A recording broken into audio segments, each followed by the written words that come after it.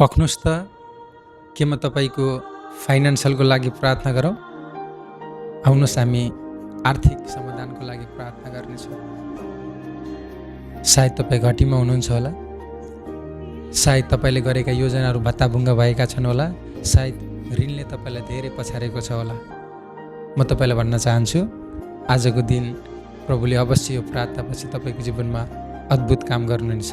विश्वासका साथ यो प्रार्थनालाई ग्रहण गर्नुहोला।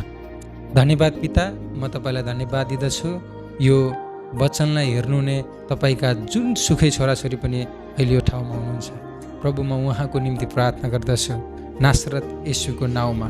तपाईँको वचनले भन्दछ कि 2 कोरिन्थी 8:9 पदमा तिमीहरूलाई थाहा छ उहाँको कृपा, उहाँ धनी हुनुहुन्थ्यो र पनि गरिब भएर जन्मिनुभयो ताकि उहाँको गरिबीबाट तिमीहरू धनी हुन सको। नासरत येशूको नाउँमा सम्पूर्ण किसिमका गरिबका आत्माहरू, हरेक किसिमका अभावका आत्माहरू, ऋणका आत्माहरूलाई नासरत येशूको रगतमा म इन्कार गर्दछु। प्रभु तपाईँको प्रशस्तताको घोषणा गर्दछु। तपाईँको वचनले भन्छ चोर त चोर्न, नाश पार्न, भत्ताभुङ्ग पार्न आए, तर म तिमीलाई बहुतायतको जीवन दिन आए। नासरत येशूको नाउँमा प्रभु बहुतायतको जीवन घोषणा गर्दछु।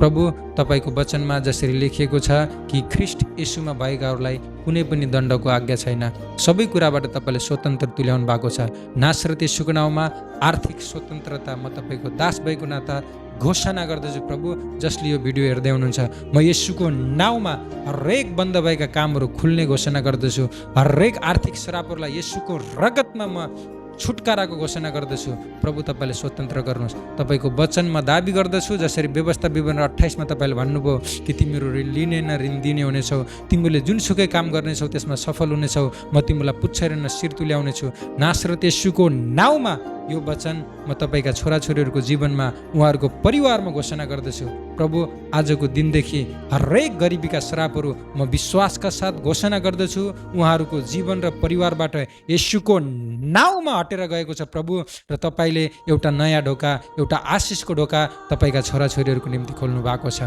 धन्यवाद प्रभु, तपाईँको पवित्र रगतले उहाँको कमाई, उहाँको व्यवसाय र उहाँको आर्थिकलाई तपाईँ येशूको हातमा राख्दछु। प्रशस्त आशिष अनि पूर्ण रूपमा आर्थिक स्वतन्त्रता घोषणा गर्दछु। धन्यवाद येशू प्रभुको नाउँमा हुन्छ। यो प्रार्थनालाई विश्वासका साथ ग्रहण गर्नुहोस् अनि हेर्नुहोस् परमेश्वरले तपाईँको जीवनमा असल काम गर्नुहुनेछ र यो प्रार्थना तपाईँका प्रिय र तपाईँका आफ्ना मानिसहरूलाई पनि पठाउन नबिर्सिनुहोला। सबैलाई फेरि पनि जय मसीह।